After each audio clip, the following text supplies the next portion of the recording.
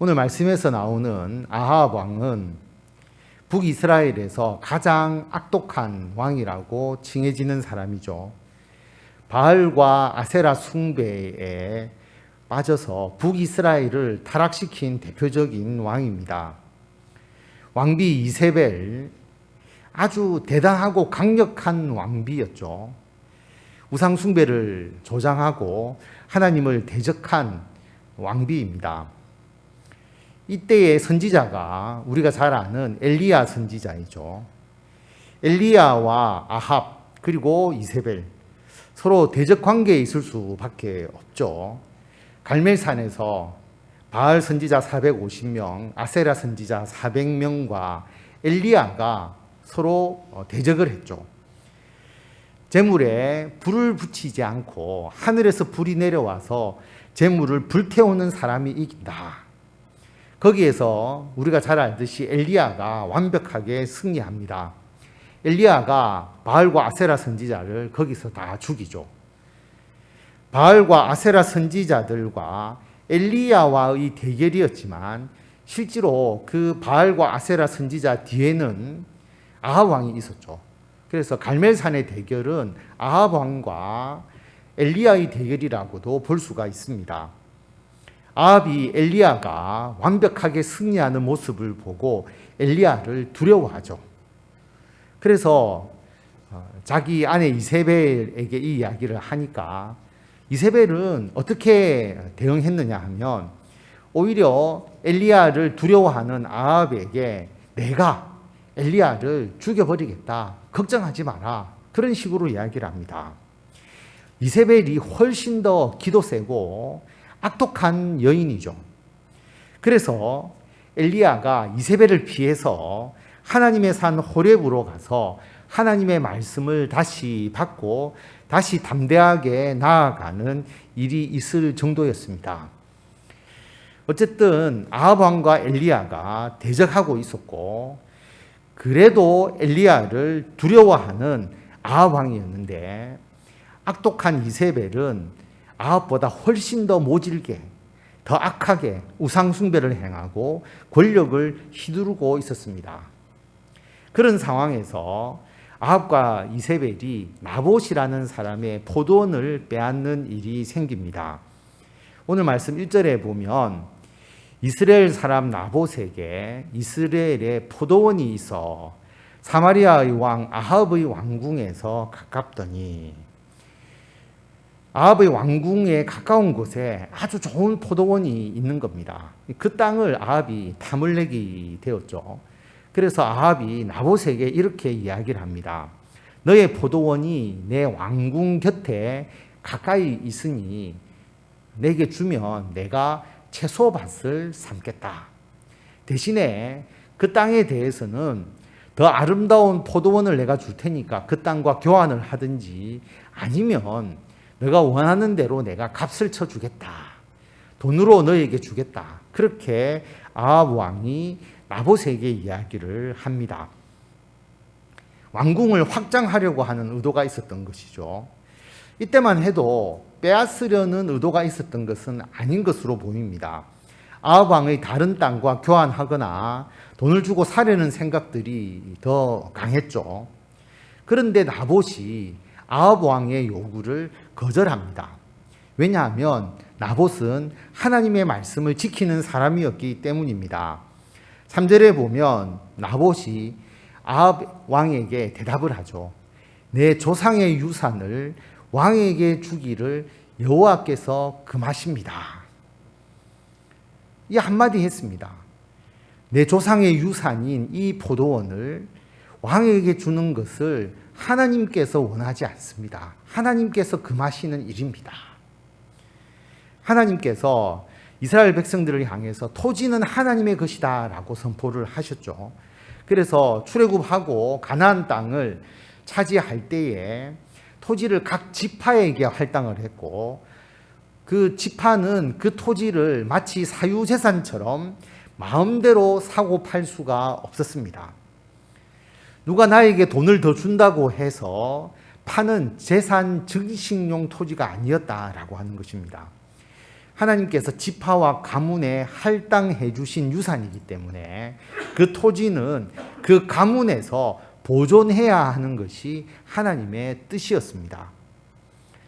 자신의 재산을 증식하는 것이 목적이었다면 나봇은 그 포도원을 아합 왕에게 넘기는 것이 더 나았겠죠. 그렇지 않습니까? 왕의 명령이기도 했고 왕의 명령에 복종해야 되니까 왕의 명령에도 복종하고 자기 재산도 증식시키고 이 두 가지를 다 이룰 수 있는 거였단 말입니다.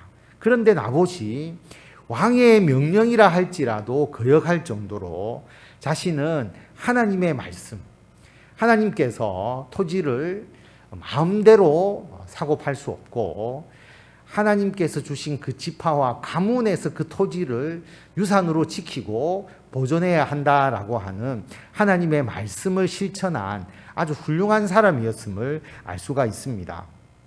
그런데 아합 왕이 나봇의 포도원을 가지지 못하게 되니까 음식을 끊고 들어 누워버립니다.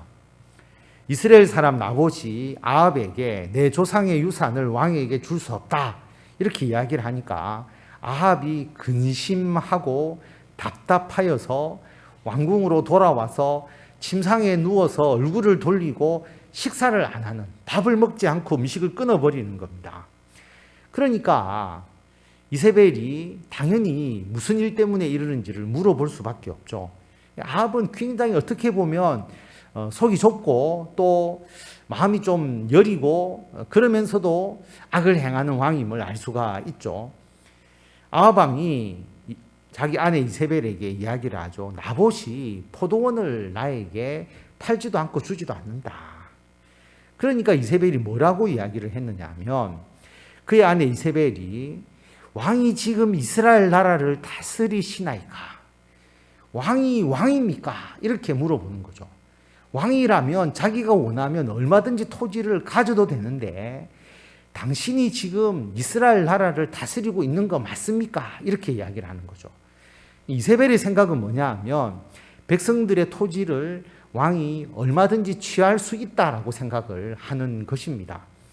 그래서 이세벨이 왕에게 이야기를 하는 거죠. 일어나 식사를 하시고 마음을 즐겁게 하십시오. 내가 이스라엘 사람 나봇의 포도원을 왕에게 드리겠습니다. 내가 이 나봇의 포도원을 당신에게 줄 테니까 걱정하지 말고 일어나서 식사하세요. 이렇게 이야기를 하는 거죠. 여기 이세벨이 보통이 아니죠. 악에 대해서 거침이 없고 기도 세고 대담하고 매우 악하고 그러면서도 치밀하고 악독한 사람임을 알 수가 있습니다. 그래서 이세벨이 어떤 그런 꾀를 내어서 나봇의 포도원을 취하느냐 하면 아합의 이름으로 편지를 씁니다. 왕의 이름으로 편지를 써서 도장을 찍고 딱 봉하여서 성읍에서 나봇과 함께 사는 장로와 귀족들에게 그 편지를 보냅니다. 편지에 뭐라고 적었느냐 하면 금식을 선포하라. 위기 상황이라고 하는 거죠. 어떤 위기 상황이냐면 나봇을 백성 가운데 높이 앉힌 후에 불량자 두 사람을 증인이 되려면 두 명이 있어야 되거든요. 그래서 율법에 나와 있듯이 두 명을 세워서 나봇 앞에 마주 앉히고 그에게 대하여 증거하기를 너가 하나님과 왕을 저주하였다. 하나님을 저주하면 신성모독죄고 왕을 저주했다면 반역죄잖아요. 그래서 종교적 정치적으로 가장 엄한 죄를 불량자 두 사람의 거짓 증언으로 얽어매어서 나봇을 죽이도록 한 것입니다. 그래서 그를 끌고 나가서 돌로 쳐 죽이라. 그렇게 명령을 내린 것입니다. 성읍에 사는 장로와 귀족들이 이세벨의 지시대로 행하죠. 그래서 나봇은 억울하게 돌에 맞아서 죽습니다. 그리고 나봇이 죽으니까 바로 아합이 나봇의 포도원을 차지해 버린 것이죠. 여러분, 권력에 의해서 선량한 백성이 죽었습니다. 조상의 유산을 탈취당했죠. 하나님께서 나의 것이라고 선언하신 토지를 빼앗아 버렸습니다. 하나님의 말씀을 훼손하고 거역한 것이죠. 그래서 이 사건이 일어나자 하나님께서 이 사건에 개입하십니다. 17절에 보면 여호와의 말씀이 디셉 사람 엘리야에게 임하여 이르시되, 오늘 설교의 제목이죠. 하나님의 말씀이 엘리야에게 임하셨다라고 하는 겁니다. 이 사건에 대한 하나님의 재판, 하나님의 심판이 시작되는 것이죠. 왕은 절대적 권력을 가지고 있어서 사람을 마음대로 죽일 수 있는 상황입니다. 이세벨은 눈 하나 깜짝하지 않고 거짓 증인을 통해서 나봇을 죽이고 그 포도원을 빼앗았습니다. 나봇은 그 권력 앞에서 자신을 변호하지조차 못했습니다. 자신의 억울함을 나타내 보지도 못했죠. 바로 목숨을 잃고 자기가 지켜왔던 그 토지를 빼앗겼습니다. 그런데 여러분, 이 나봇의 억울함에 대해서 하나님께서 심판하시는 것이죠. 우리는 신앙생활에 있어서 영적 전쟁을 이야기할 때에 우리는 흔히들 우상 숭배냐, 하나님 믿느냐, 이 두 가지만을 생각하죠. 그래서 우상 숭배나 미신을 섬기는 자와 하나님을 믿는 자와의 싸움, 이 두 가지의 대결을 생각합니다. 그래서 어떻게 보면 갈멜산에서 바알과 아세라 선지자와 하나님의 선지자 엘리야와의 싸움, 우상 숭배냐, 하나님을 믿는 신앙이냐, 누가 참 신을 섬기는 것이냐, 누가 참된 예배를 드리는 것이냐.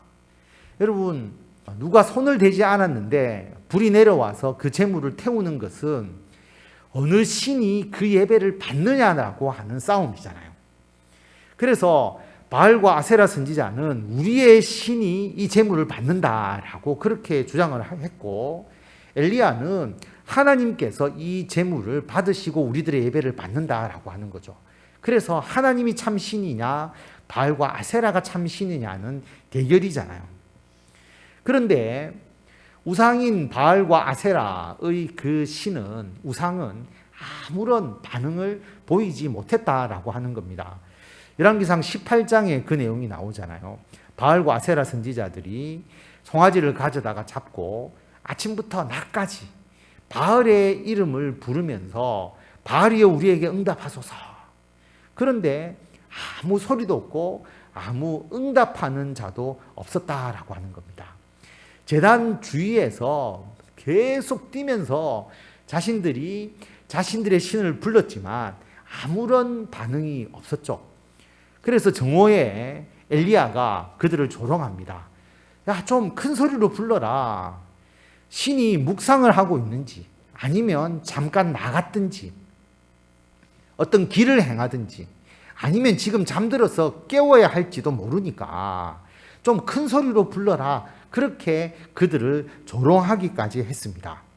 그러니까 그들이 큰 소리로 부르고 피가 흐르기까지 칼과 창으로 자기의 몸을 자해하면서 피를 흘리고, 그렇게 하루 종일 저녁 소재 드릴 때까지 시간이 흘렀지만 아무 소리도 없고 응답하는 자나 돌아보는 자조차 없었다라고 하는 것입니다. 여러분, 바알과 아세라 선지자가 자기들의 어떤 편법적인 방법을 통해서라도 불을 태울 자신이 있었을 겁니다. 그러니까 대결하지 않았겠어요. 근데 하나님은 그 편법적인 방법까지도 이루어지지 못하도록 다 봉쇄를 하시고, 아무리 그들이 뛰놀아도 자해를 해도 전혀 반응이 없도록 하나님께서 만드신 것이죠. 반면에 엘리야의 기도에는 하나님께서 응답하셔서 그 재물에 물을 부어서 도랑에 물이 가득 찰 정도였는데도 불구하고 그 재물을 불러서 태우시는 하나님이었습니다. 그래서 뭐냐 하면, 우상은, 미신은 아무리 믿고 요구를 해도 반응을 보일 수가 없다라고 하는 거죠.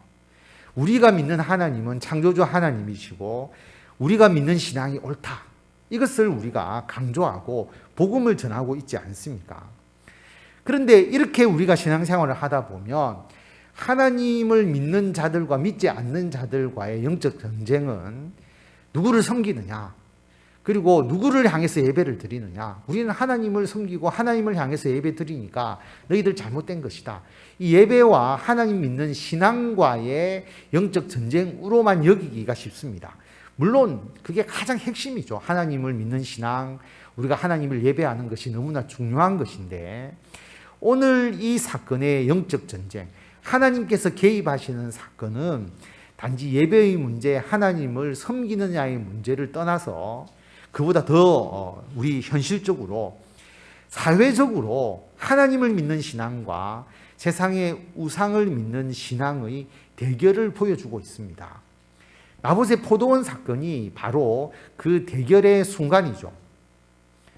여러분, 우상을 믿는 세상은 탐욕을 부추깁니다. 자신의 왕궁을 넓히기 위해서 나봇의 포도원을 빼앗잖아요.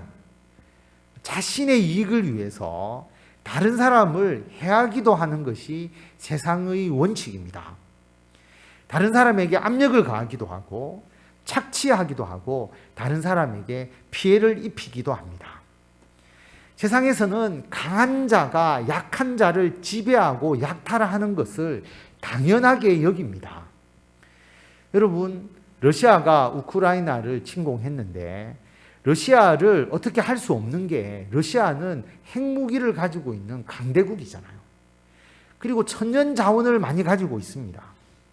그렇기 때문에 이 러시아가 잘못된 행동을 한다고 해서 미국이나 EU, 유럽 국가들이 적극적으로 대응을 하기가 어렵다라고 하는 것이죠. 그래서 아주 약자인 우크라이나가 큰 피해를 입으면서 결사적으로 저항하고 있는 실정입니다. 세상의 모든 흐름은 강자가 약자를 억압하고 피해를 입히더라도 자기의 이익을 취하는 방향으로 흘러가게 되는 것이죠. 마치 아합이 나봇의 포도원을 빼앗은 것처럼. 그런데 하나님은 그렇지 않다는 거죠. 하나님은 약자를 보호하십니다. 약자의 그 피해에 대해서 하나님께서 보복을 하시죠. 대표적으로 창세기 4장에 보면 가인과 아벨 이야기가 나오잖아요. 가인이 자기 동생 아벨을 죽이죠. 그런데 하나님께서 그 가인에 대해서 뭐라고 이야기를 하셨느냐 하면, 네가 무엇을 하였느냐? 네 아우의 핏소리가 땅에서부터 내게 호소한다. 그 가인이 아벨을 죽이고 그 아벨이 흘린 그 피가 땅에 있을 거 아닙니까? 그런데 그 땅 속에 있는 그 아벨의 핏소리가 내게 호소한다라고 하나님께서 표현할 정도로 하나님께서 그 아벨의 죽음을 심각하게 받아들이고 있는 거죠. 억울하게 죽임을 당한 그 아벨의 원한을 하나님께서 기억하고 계시다라는 것을 가인에게 이야기를 하는 겁니다.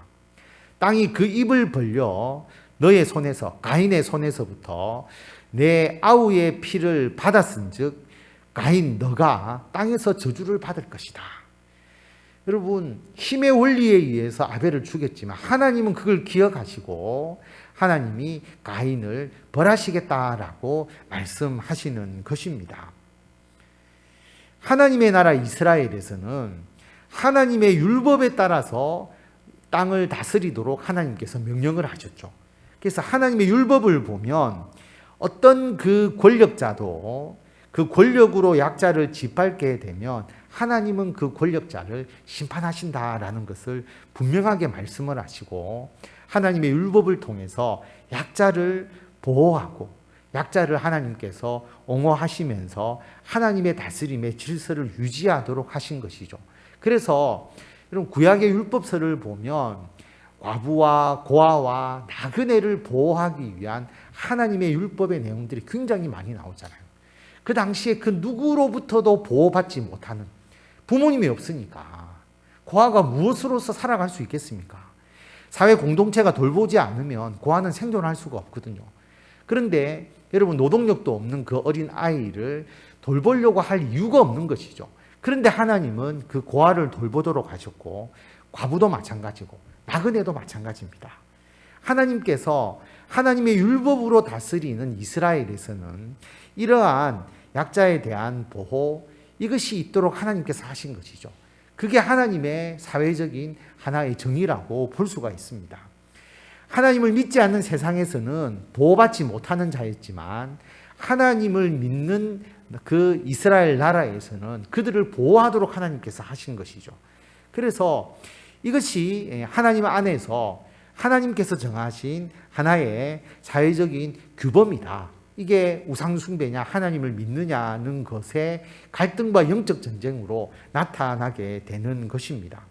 그래서 하나님께서 엘리야에게 하나님의 말씀을 주시잖아요. 너는 일어나 내려가라. 그리고 아합 왕을 만나라. 그가 나봇의 포도원을 차지하러 그리로 내려갔다.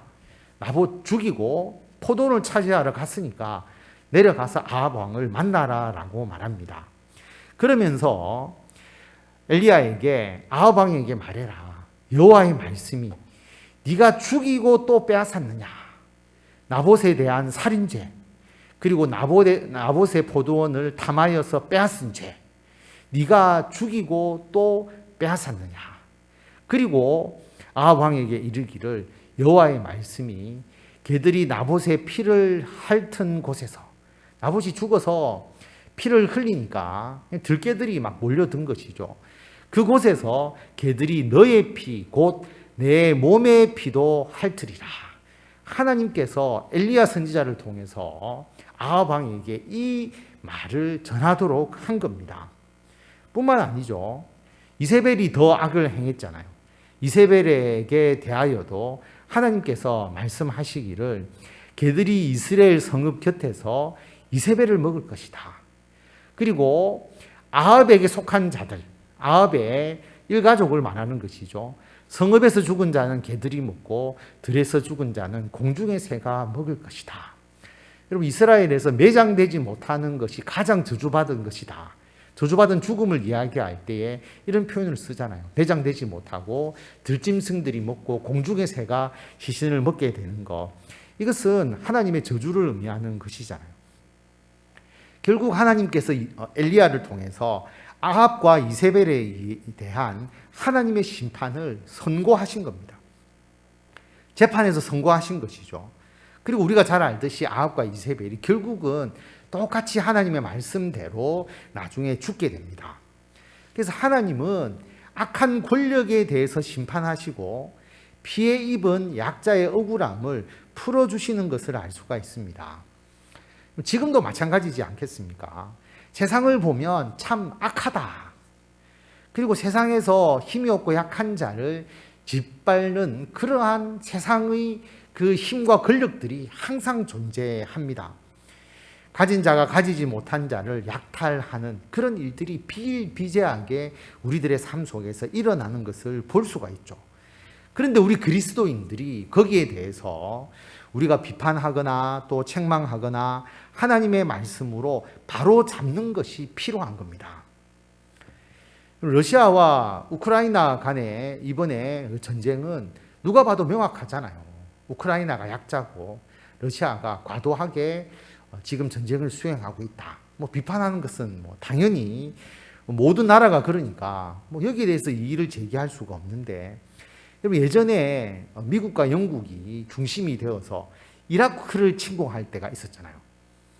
그런데 그때 침공의 이유가 뭐냐 하면 대량 살상 무기가 이라크에 있기 때문에 그것을 제거하기 위해서 전쟁을 일으킨다. 그렇게 이야기를 했죠. 그런데 결론적으로 보면 나중에 대량 살상 무기가 없었다는 것이 밝혀졌습니다. 그래서 그 전쟁이 명분 없는 전쟁이다. 그렇게 나중에 비판을 받게 되거든요. 근데 그 전쟁이 일어날 때에 이것을 제대로 그 당시에 분별할 수 있는 힘과 능력이 우리에게 있느냐라고 하는 거죠. 그때 혹 우리는 이러한 것을 제대로 분별하지 못하고 무조건 우리가 보통 그 미국이나 영국의 편에 우리들의 마음이 있잖아요. 우리들이 그들의 편에 있기 때문에 그들이 잘못하는 것에 대해서도 우리가 올바로 지적하지 못하거나 또 판단하지 못하고 동조하는 그런 우리들의 잘못을 범할 수도 있다라고 하는 것입니다. 그래서 우리가 올바로 어떤 사건과 어떤 상황을 분별하는 것이 굉장히 중요하다는 겁니다. 어떻게 분별할 수 있느냐? 그 대답이 오늘 이야기에 분명히 나와 있죠. 여호와의 말씀이 디셉 사람 엘리야에게 임하여 이르시되, 아합의 행동이 세상적 기준으로 보면 이스라엘 나라가 아니라 이방 나라였다면 왕이 권력을 가지고 백성의 재산을 탈취해 가는 것, 왕의 명령을 듣지 않고 포도원을 내놓지 않는 것, 그들에 대해서 벌하고 차지하는 것이 문제가 안 될 수도 있습니다. 그런데 하나님의 말씀의 기준에서 보면 아합 왕은 절대적인 죄를 범한 것이죠. 그것을 엘리야에게 하나님께서 말씀해 주시는 겁니다. 여호와의 말씀이 디셉 사람 엘리야에게 임하여 이르시니까 하나님의 말씀이 아합과 이세벨의 죄에 대해서 하나님이 심판하시겠다. 나봇이 억울하게 흘린 그 피에 대해서 하나님께서 기억하시고 보복하시겠다라고 말씀하는 것이죠. 그래서 우리가 하나님의 말씀을 분별하고 받아들이는 것이 굉장히 중요하다라고 하는 겁니다. 바알과 아세라는 왕의 종교잖아요. 바알과 아세라 선지자는 아합 왕과 이세벨을 지지하는 역할을 했습니다. 그런데 엘리야는 그렇지 않았습니다. 권력의 악에 대해서 비판하고 맞서고 권력을 개혁하는 데 앞장섰던 사람이 엘리야죠. 거의 혼자서 싸우다 하다시피 그 권력에 맞서서 하나님의 말씀을 전한 자가 엘리야였다라고 하는 겁니다. 우리가 이러한 부분에서 하나님의 뜻을 발견하는 것이 굉장히 중요합니다. 여러분, 다윗 왕을 생각해 보세요. 우리가 그 당시 살았다면 우린 다윗 왕 편이잖아요. 다윗을 좋아하고 다윗을 지지하는 분명한 그런 우리의 그룹이었을 겁니다.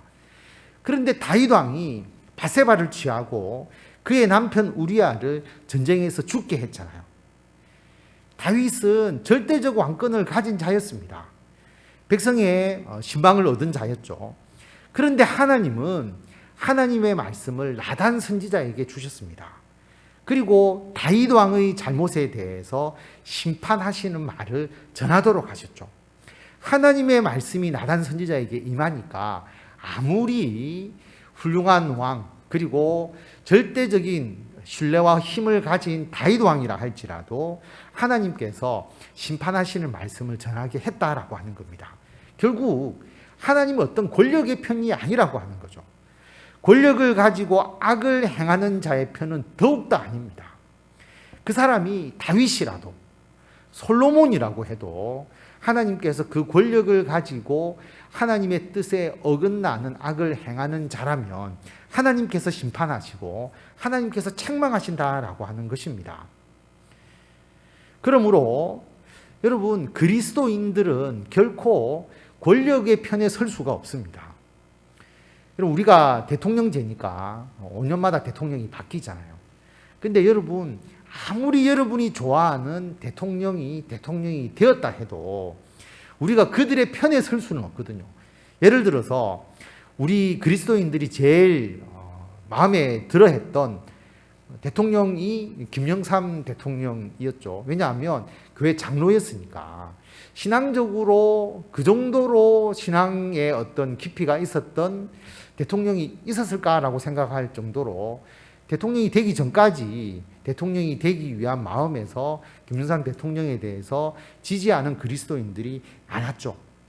근데 여러분, 아무리 장로라 할지라도 권력을 가지는 그 순간, 그 권력을 가지고 행하는 그 행동에 있어서는 우리가 하나님의 뜻을 분별하고 하나님의 말씀을 선포할 수 있어야 된다는 거죠. 여러분, 선포한다는 것이 우리가 대중적으로 선포하는 것이 아니라 할지라도 여러분, 어떤 사람과 이야기를 할 때, 또 여러분의 가족이나 친구나 또 사회에서 이야기를 할 때에 장로고 그리스도인이니까 우리는 김영삼 대통령을 무조건 지지한다가 아니라 하나님의 뜻은 뭐냐 하면 권력을 가진 자가 잘못 행하는 것이 있을 때에 하나님은 반드시 거기에 대해서 심판하시고 그 권력에 대해서 피해를 입고 권력에 대해서 여러 가지로 어려움을 겪는 자를 오히려 그리스도인은 하나님의 뜻을 대변해서 그들을 지지하고 그들을 옹호하면서 권력에 대해서 맞서는 그런 방향으로 나아가야 한다는 거죠. 왜냐하면 권력은 그 힘에 의해서 모든 것을 할 수가 있거든요. 그런데 하나님께서 그 권력을 막지 않으면 여러분, 인간의 권력은 계속 더 압제하고 더 악화되는 방향으로 나아가기 때문입니다.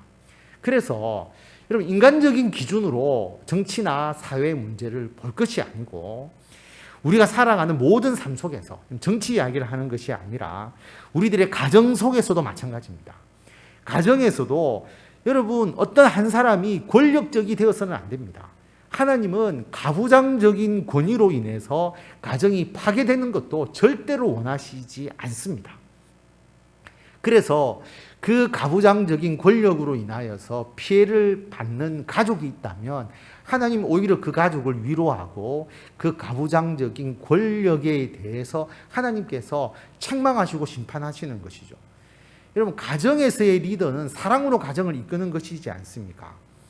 직장에서도 마찬가지죠. 우리 그리스도인들은 직장에서 리더가 되고 경영자가 될 수 있지만 그 가운데서 우리는 권력으로 다른 사람을 압제하는 것이 아니라 섬김의 모습을 보여주는 겁니다. 섬김의 리더십을 보여주는 것이죠. 이게 쉬운 일은 아니지만 우리가 진정으로 섬김의 리더십을 통해서 우리들의 직장과 사회를 이끌어 나가는 모습을 보여주는 겁니다. 그게 더 큰 카리스마를 가지고 세상을 이끌어 나가는 방법이죠. 교회는 더욱 그래야 되지 않습니까? 교회는 권위적이 되거나 약자를 억압해서는 안 되는데 여러분, 자칫 잘못하면 교회가 오히려 더 권위적이 되거나 권력적이 되거나 그리고 소외된 자를 만들어 나가는 그런 곳이 될 수가 있습니다. 목회자도 마찬가지인 것이죠. 교회는 결코 세상의 권력과 그리고 권위적인 흐름에 동조해서는 안 된다라고 하는 겁니다. 그런데 많은 사람들이, 우리 그리스도인들이나 심지어 목회자조차도 뭐가 권위적인지, 어떤 행동이 억압적인 행동인지조차 분별하지 못하는 경우가 많다라고 하는 것이죠. 그걸 분별해야 되는데 자신의 행동이 억압적인지 권위적인지도 모르고 그냥 세상의 기준에 의해서 살아가는 그런 사람들이 너무나 많다는 것이죠. 그래서 문제가 일어나는 겁니다. 그래서 교회에 갈등이 생기고 그리스도인들이 사회에서 선한 영향력을 발휘하지 못하고 그리스도인의 가정이 오히려 더 어려움을 겪거나 문제가 일어나는 경우들이 더 많이 생긴다라고 하는 겁니다. 신앙이 좋은 가정일수록 오히려 그 신앙이 좋은 그 부모님이 더 권위적이 되어서 자녀들이 신앙 생활을 올바로 하지 못하는 경우들이 더 많이 나타난다고 하잖아요. 목회자의 가정에서도 그런 일들이 일어난다고 하는 이유가 바로 이런 문제에서 발생하는 겁니다. 그래서 이걸 분별하고 해결할 수 있는 방법은 오직 한 가지입니다. 오늘 말씀처럼 하나님의 말씀이 엘리야에게 임하실 때에 하나님의 말씀을 통해서 아합의 행동이 하나님에 대한 불신앙의 그리고 가장 죄악을 범하는 일이라는 것을 아합 왕에게 전하는 그 엘리야의 하나님의 말씀의 선포가 있게 되는 것처럼 하나님의 말씀이 우리에게 임할 때에 우리가 살아가는 가정과 직장과 사회와 모든 정치와 이 나라의 일들에 대해서 하나님이 무엇을 원하시는지를 우리가 알게 되고 우리가 전적으로 하나님의 뜻, 하나님의 말씀에 의해서 살아갈 수 있는 힘과 능력이 되는 것이죠.